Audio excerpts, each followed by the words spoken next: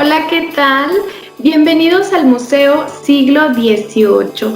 Bienvenidos a esta exposición llamada La Educación en el siglo XVIII. En esta exposición encontraremos todo lo relacionado con el siglo.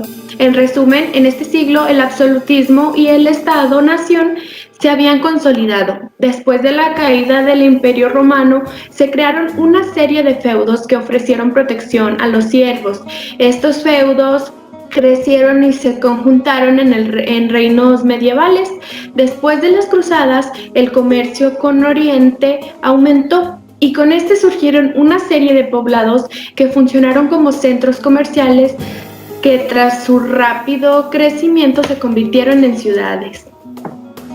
Finalmente, el rey fortaleció lazos en las ciudades y los burgueses, al grado que la alianza con el Papa dejó de ser tan importante, de modo que para los siglos XVII y XVIII el rey se convirtió en el mandatario absoluto de su reino. Este poder le permitió construir un estado centralizado en vez de concentrarse en la protección de sus siervos, como en la Edad Media. Ahora se concentraba en facilitar el comercio y las comunicaciones para crecer económicamente. Este siglo la nobleza también entró en decadencia y terminaron como una clase social decorativa únicamente. La estratificación social del absolutismo quedó de la siguiente manera. Primero quedó el rey, la nobleza, el clero, tercer estado o burguesía y por último los siervos. Y bueno, continuemos en esta bella exposición. La Ilustración fue un movimiento cultural el cual ocurrió durante el siglo XVIII en Francia. En este movimiento, autores como Rousseau, Diderot y Voltaire destacaron el uso de la razón para llegar al conocimiento verdadero, en oposición a la fe, la superstición religiosa, la ignorancia y la tiranía. Pero también, antes de Rousseau y su obra pedagógica, ya habían importantes transformaciones educativas como las ideas del Comenio, que impuso reglamentos escolares y también reglamentó el castigo corporal. La literatura también aportó ideas educativas antes de los enciclopedistas franceses como Robinson Crusoe de Daniel Defoe para construir una vivienda. Los viajes de Gulliver de Jonathan Swift, que representa una dura crítica a la erudición y al intelectualismo sin sentido. En el Fausto de Goethe, que critica a la educación que no guarda relación alguna con la realidad. Por otra parte, Juan Amos Comenius fue un teólogo, filósofo, pedagogo, nacido en la República Checa. Se le conocía como el padre de la didáctica. Dos de sus obras más importantes son la Didáctica Magna. Le dio importancia al estudio de las lenguas y creó una obra llamada Puerta Abierta a las Lenguas, que es su segunda obra más importante. También fue el primero en hablar de la primera escuela o escuela materna. Propuso enseñar todo a todos. También dio inicio a los textos ilustrados.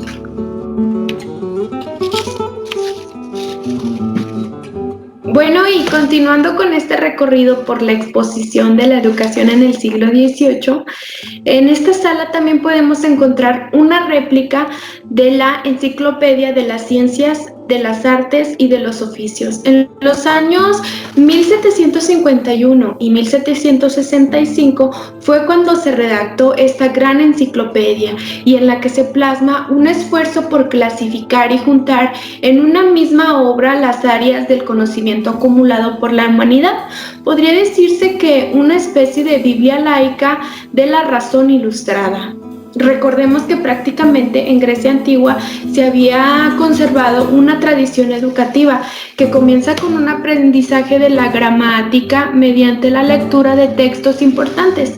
En su momento, pues, la Ilíada, la Odisea, después la Biblia, para después aprender disciplinas como matemáticas, geometría, la astronomía y finalmente la filosofía. En la Edad Media, la teología era una rama de la filosofía concentrada en el estudio de Dios y lo divino.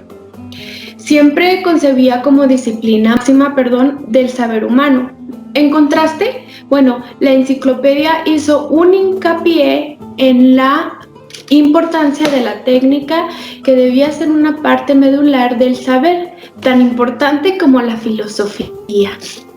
Y bueno, continuando, también les voy a hablar de Diderot, que este fue el primer promotor y padre de la enciclopedia. Sostenía que quien tiene solamente la geometría intelectual es más bien un hombre inepto, y un artesano que tiene solamente la geometría experimental es un obrero bastante limitado.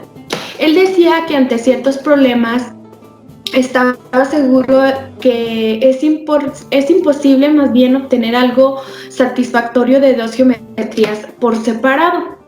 En sus palabras dijo: hagamos pues justicia de los artesanos. Las artes liberales han sido exaltadas bastante por sí mismas.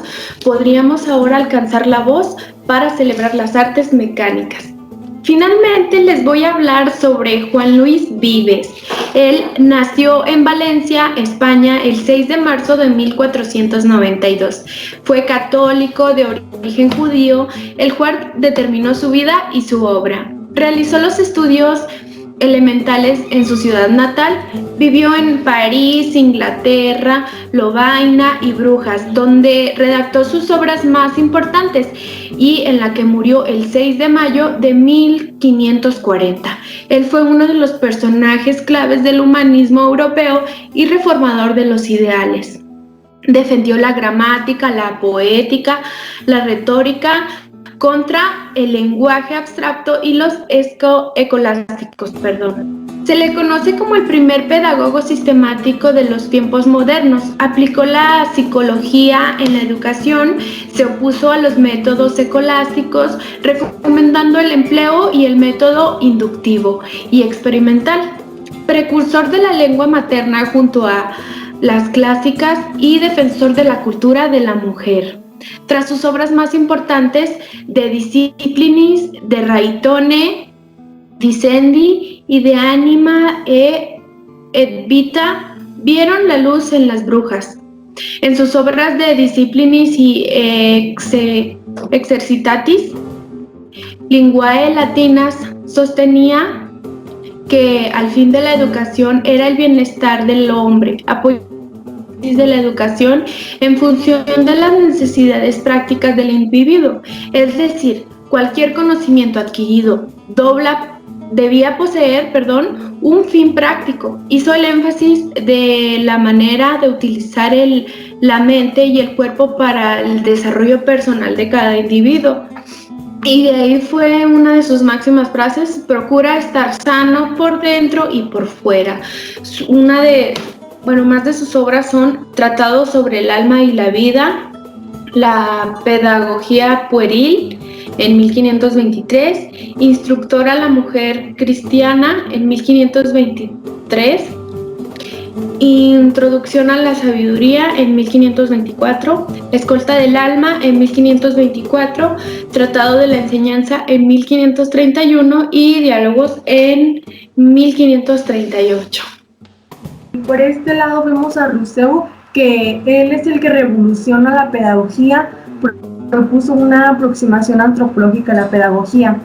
Él tomó como centro de enseñanza las características del estudiante, condenó la orientación del método de enseñanza infantil, demostró la importancia del vínculo de la educación en la sociedad y marcó la pauta de la pedagogía moderna. Y por este lado vemos a ingleses Andrew y Joseph Lancaster, que son los que promovieron la enseñanza mutua. Esta consistía en que el método de aprovechamiento era el talento de los estudiantes más destacados de su clase. Él ponía a estos estudiantes, los más destacados, a que monitorearan los demás del grupo. Él solamente se sentaba en una silla alta y observaba cómo se manejaban las cosas en el aula de clases.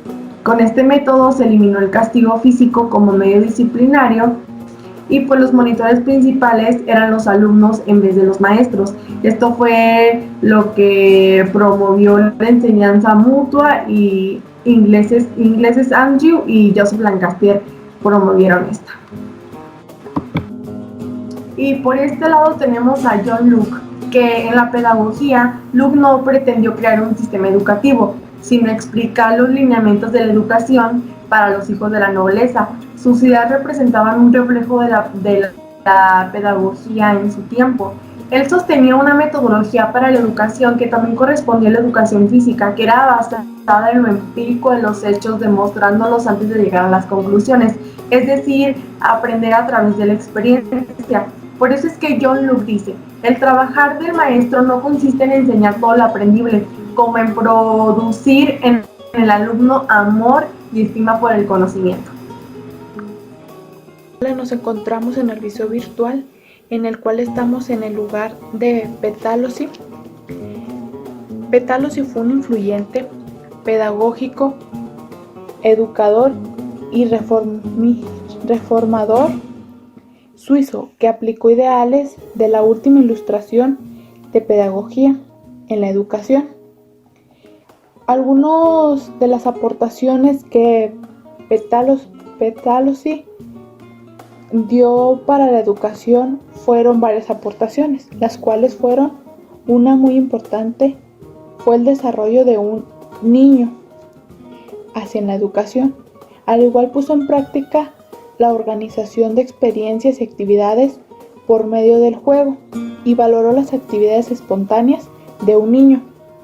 Simplemente para él era importante la educación de los niños, porque hasta la edad moderna se aprecia un cambio de la educación.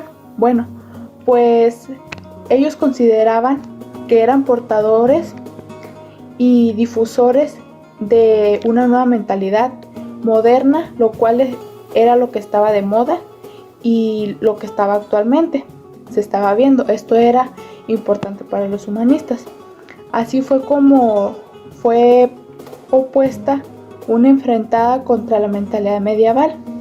Ellos lo que querían era que se modernizara la educación, y así fue, pero hasta la edad moderna. Es por eso que así se llama, edad moderna. Les hablaré también sobre un educador que fue Wolfgang Ralph. Fue uno de los educadores.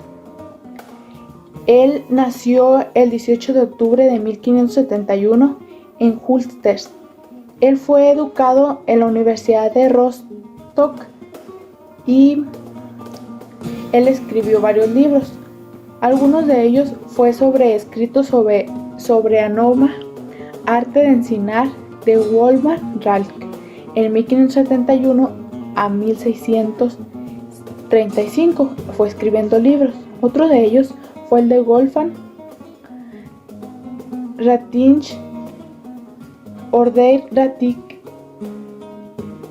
y el otro fue Pädagogische Schrift den Wolfgang.